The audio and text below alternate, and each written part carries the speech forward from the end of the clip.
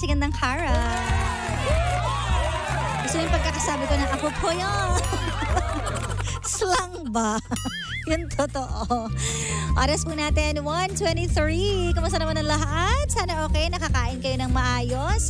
And nakahinga na kayo na maayos, di ba? Huwag masyado mag-isip para mas humaba ang buhay at kumain ng mga pagkain na pampahaba ng buhay. Kasi kailangan natin yan na humaba pa ang buhay natin kasi marami pa tayong mission sa mundo. Yes!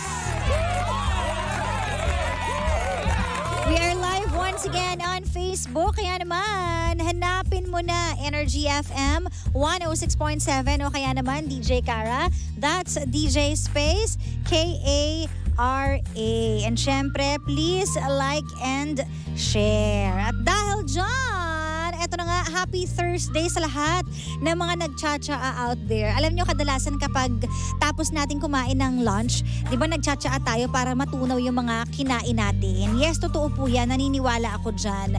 Pero dapat ang tsaa na gamitin mo ay MX3T para mas bongga at mas masarap, refreshing ang panlasa. Kasi meron tong dahon ng mangosteen na hinaluan ng pandan para mas mabango at mas masarap. So ito yung MX3T with pandan. Ang isang sachet po ng MX3T ay good for 1 liter of water, either hot or cold. At pwede ring dagdagan ng lemon or honey for added flavor para sa buong pamilya. Makakatulong din po ang tea para ma-detoxify o malinis ang ating katawan from any toxins. For inquiries, visit their website mx3ph.com or call the hotline 0918-8888-693. Gusto mo yung hiningal na po talaga ako ng bonggang-bongga. Ay, nakakahingal naman talaga magsalita. Hindi ko kinakaya. O, ayan, di ba? Anyways, please like and share this live video habang ikaw ay umiinom dyan ng tsaa. Kung hindi pa, bumili ka na ng MX3T with pandan. At dahil Thursday ngayon, alam naman natin ano ang meron pag Thursday, class? Merong traffic. Ayan, napakahabang traffic na naman kapag Thursday. It's 2024, but it's still the same. Same pero iba. Same na traffic pero iba lang na taon. Pero ganun talaga. Makasanayan mo lang yung mga bagay na mahirap nang mawala or hindi na talaga mawawala, di ba? Ganun talaga. So focus na lang tayo sa mga good things in life. Ano ba ang mga nangyaring good things sa buhay mo? Ay, importante yan. Na kapag nag-look back tayo sa 2023, maaalala natin at maiisip natin, ano nga kaya yung mga magagandang nangyari sa akin? At dapat kapag nilook back mo yun, ipasalamat mo yun. Diba? Since Throwback Thursday ngayon, pasalamatan mo yung mga taong tumulong sa'yo last year. Pasalamatan mo yung mga nagstay sa buhay mo, yung mga kaibigan na naging totoo sa'yo, yung mga hindi nang iwan sa'yo, yung mga pag-oras ng kailangan mo ng tulong, andyan para sa'yo. Yung mga hindi nagbago, importante rin yan, yung mga hindi nagbago ng pakikitungo sa'yo, at yung mga hindi nanira sa'yo at hindi ka pinlastic, yan. Importante din yan. Diba? Kaya kahit konti lang mga kaibigan mo sa paligid mo, okay lang yan. Basta ang mahalaga, totoo sila sa'yo. At totoo kayo sa bawat isa.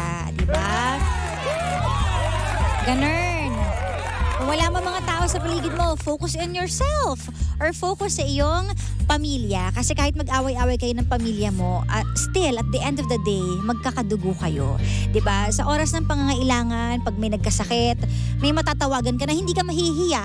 Diba? Kahit nag-away kayo, pero pag oras ng emergency, diba? Lalakasan mo yung loob mo na si ate, si kuya, si nanay, si tatay. Diba? Ganon. So, as much as possible, paigtingin natin ang ating connection sa ating family. Okay? Ayan. At dahil dyan, ito na nga ang ating story ngayong araw na ito. Kung ready ka na, of course, ready na rin ako. Speaking of family, ito ay relate din sa family. So, ito na ang ating story. Dito lang yan sa Sincerely, Kara.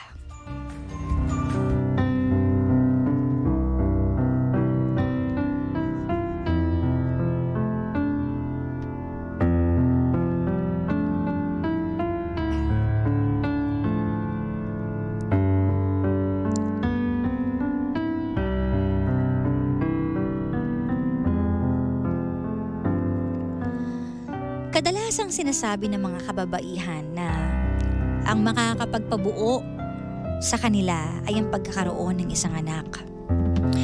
At kapag hindi nila makuha yon, parang laging may kulang. Ito ang story ni Lucy, na parang may kulang sa buhay niya dahil until now, tinatry niya na magkaroon ng anak. Si Lucy ay 31 years old from Antipolo at kasalukuyang empleyado sa isang company. Sabi niya, masaya naman daw ang kaniyang pamumuhay. At okay naman daw ang takbo ng kanyang buhay, lalo na ngayong 1 taon na ring nakakalipas matapos siyang ikasal. Kaso sa loob daw ng 1 year na yun, ay 2 times na siyang nakunan at pinanghinaan ng loob na magkakaroon pa ba ako ng masayang pamilya? Matutuloy pa kaya? Mangyayari pa kaya ang mga pangarap ko? Sobra siyang nalulungkot. At sinasabi naman niya sa asawa niya. At nag-aantay lang sila ng tamang timing. And one day, sobrang saya niya nung malaman niya na buntis na siya ulit. Kaya naman sinabi niya yon sa asawa niya. At ang saya-saya nung asawa niya na, wow, finally, magkakaanak na tayo. Nagpaplano na siya ng mga bagay-bagay. Pero nitong mga nakaraang araw daw ay lagi na naman siyang dinudugo every time na pagod siya sa kanyang trabaho. Kaya natatakot na naman siya. At one time din pag uwi niya, sumakit ang puso niya na hindi niya nakinaya. Kaya sinugod na siya sa ospital. At nalaman niyang mahina na pala ang kapit ng bata at tuluyang nalaglag na naman. Dapat nga ba siyang mawalan na ng pag-asa o tumigil na? Let's hear it straight from the heart of our sender for today. Dear DJ Kara, itago mo na lang ako sa pangalang Lucy, 31 years old, from Antipolo City. Ako ay kasalukuyang empleyado ng isang kumpanya rito sa Antipolo. At masasabi kong masaya ang naging pamumuhay ko rito, lalo na ngayong 1 taon na matapos akong ikasal. Sa loob ng 1 taon na yun, DJ Kara, 2 beses na rin ako nakunan at pinanghinaan ng loob na magkaroon ng masayang pamilya. Nakakalungkot po, DJ Kara, kasi sobrang gusto na namin magkaanak ng asawa ko. Tinanggap po namin kahit mahirap. Isang araw, DJ Kara, sobrang tuwa ko nang malaman kong buntis na ako ulit. Sinabi ko yun agad sa asawa ko at kitang-kita ko sa kanya yung tuwa na magkakaanak na kami. Sobrang tuwa namin na mayroon na kaming aalagaan. Nagplano na kami ng asawa ko sa maraming bagay. Sa oras na lumabas ang aking anak sa aking sinapupunan. Sobrang excited na kami, DJ Kara. Pero nitong mga nakaraang araw, halos araw-araw akong dinudugo. Tuwing napapagod ako pag uwi sa trabaho. Hindi ko alam kung normal ba to o dapat ko na magpatingin sa doktor.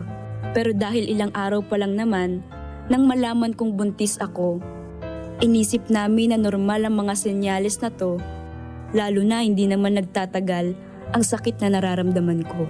Isang araw pag uwi ko ng trabaho, DJ Kara, sumakit na naman ang puson ko at hindi ko na kinakaya ang sakit na nararamdaman ko. Kaya isinugod na ako sa ospital ng asawa ko.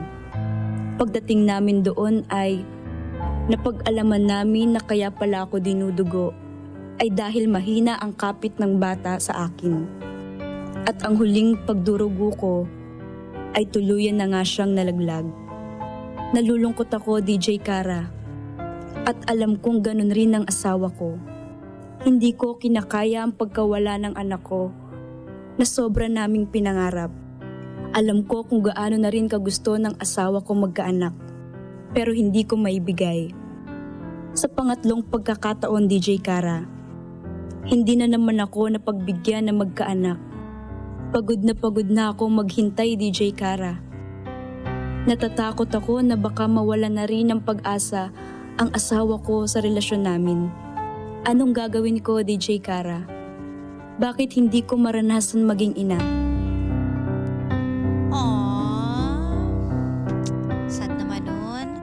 Pangarap na pangarap mo maging ina pero hindi mangyari-yari. Ano nga ba ang masasabi nyo sa story ni Lucy na pangatlong beses nang nakukunan at lagi nilang wini-wish na sana matuloy na pero hindi pa rin natutuloy? Basa tayo ng comments dito sa ating comment section sa Facebook. Hanapin nyo lang po Energy FM 106.7 or DJ Kara. That's DJ Space K-A-R-A. Sabi dito, Ate Lucy, not being able to bear a child doesn't make you less of a woman. Yes, babies can be one of the biggest blessings one could ever have. But maybe God has other plans for you and your husband. Whatever life brings in the future, I hope you stay strong and happy, sabi ni Rocky. Lucy, bata ka pa naman.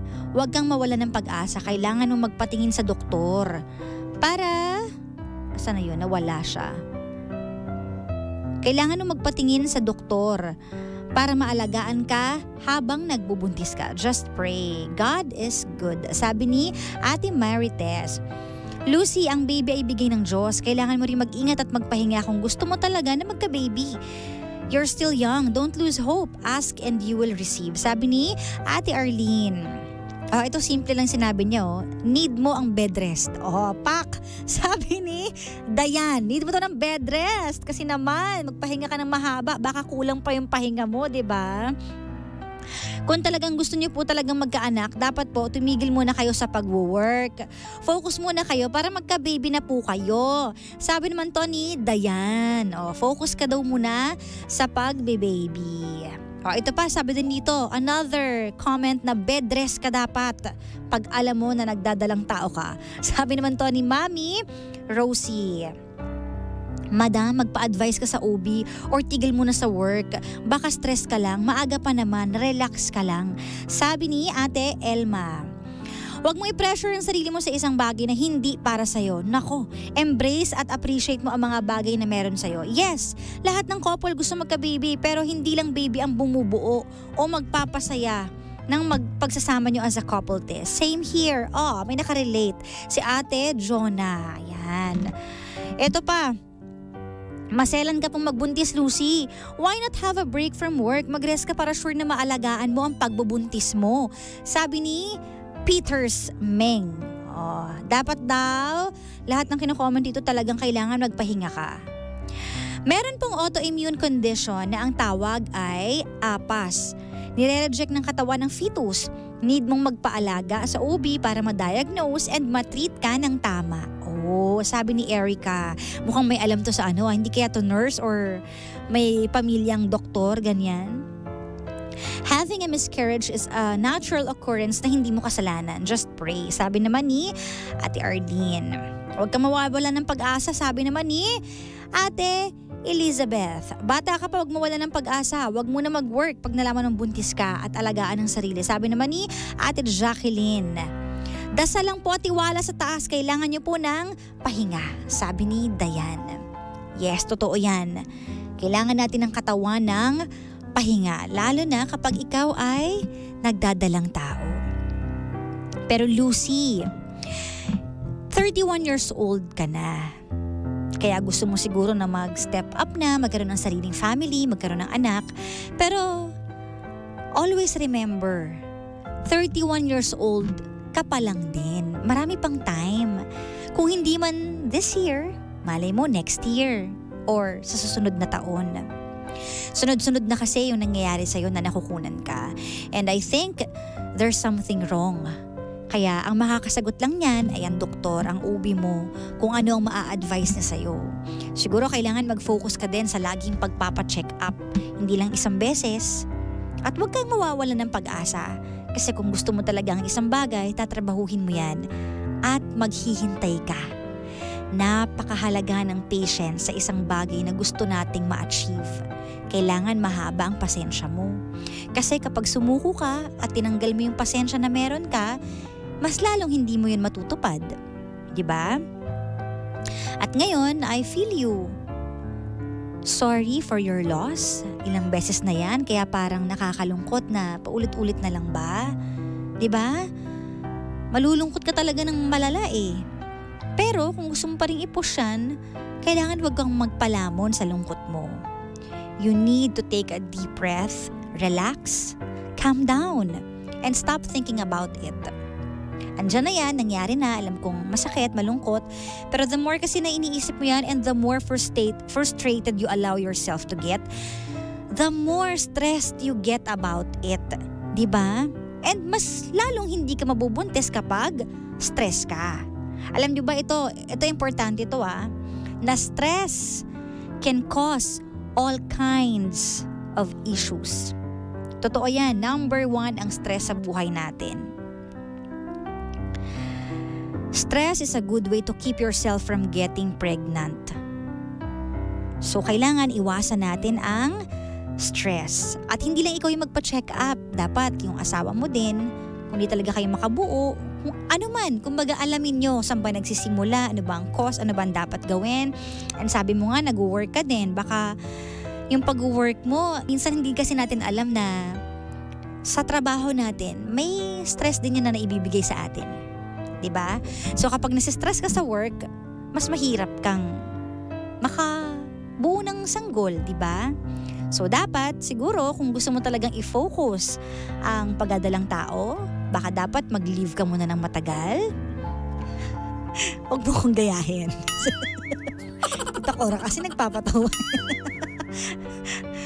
Kasi para naman sa baby yun, diba? Mag-leave ka ng matagal. Tatawa tuloy ako. Hindi, but kidding aside, totoo nga, magpaalam ka sa boss mo. Ayoko na magbuka ng ticket na hindi niya alam. Charot lang, joke lang. Para payagan ka agad din, ho. Mamaya ka sa akin, Tita Cora. Seryoso tayo, ito na nga, seriously speaking. Joke lang. Baka gayahin nyo no. Hindi, magpaalam ka na maayos sa boss mo. Diba? Magpakalayo-layo muna kayo, magbakasyon kayo ng asawa mo kasi kailangan nyo talaga yan. Yung peace of mind, yung malayo sa stress, malayo sa work, malayo sa mga toxic people. Diba? Yung talagang kayo lang dalawa yung nagkakaintindihan at talagang tuloy-tuloy yung pagre-relax mo. Kasi minsan, pag-bakasyon ka 3 days o pagbalik mo stress ka ulit. Di haba-habaan mo na. Kumbaga, magre-risk ka talaga magsasacrifice ka talaga. Kung sabihin natin na wala akong suswelduhin. O ito namang paggawa ng baby, after naman ito, makakabalik ka pa naman siguro. Or, diba? Kung ito yung mas kinakailangan ng sitwasyon di gawin mo. Kasi kailangan talaga natin ng peace of mind, stress-free environment. Alam niyo, minsan nakakatulong yun kapag nasa isang environment ka na walang stress, iba yung takbo ng katawan. Ito, isang example lang to. Hindi ko naman ginagaya ako talaga, pero siguro may iaambag ko rin na example to. Noong dito ko sa Pilipinas, ang dami kong sakit sa katawan. Sakit yung balakang, sakit yung likod, lagi may lagnat. So kapag gano'n, lagi na lang ako nagkakasakit. Pero nung nagbakasyon ako sa malayong lugar na peaceful, quiet, masaya, malayo sa lahat, walang iniisip. Surprisingly, na ine-expect ko na doon ako magkakasakit kasi winter at nag-a-adjust yung katawan ko at talagang malala yung lamig. Surprisingly, bakit hindi ako nagkakasakit? Diba? So minsan, kailangan din natin ng environment na maayos. Lalo na kapag gusto mong magkaanak. So baka lang makatulong, isipin mo lang din yon, Lucy. And next is, maybe everything happens for a reason. Baka hindi rin talaga ito yung right timing, kaya inalaw na mangyari yan. Hindi mo masasabi. Sometimes may mga answers tayo na hindi nakukuha. At in the future, saka lang natin makukuha. Kaya pala hindi ako nagkaanak nung year na yun. Kasi ganito yung mga mararanasan ko. Ito yung mga sakit na pwede kong, alam mo yun, mga ganon. Diba? So, baka sa tamang pagkakataon. Pero syempre, huwag kang mapagod i-wish yan. Huwag kang mapagod hilingin yan sa kanya hanggang sa ibigay sa'yo. At saka alam mo, if ever man ayoko namang i-negative ka, pero if ever man hindi dumating sa pagkakataon na magkaanak ka is, alam mo, may mga iba pang ways, huwag kang panghinaan. Kung minsan pa nga, di ba, yung iba na hindi nagkakaanak at nag-a-adopt, mas minamahal pa nila ng sobra yung adopted, di ba? Nang higit pa kung kanino man o sa sarili nila. So malay mo mablessed ka pa rin. Pero hopefully pa rin, mag-hope tayo na mangyari pa rin siya. Someday, everything will make a perfect sense. You may not see it now, but in the future, all things will fall into place at the right time. Sincerely,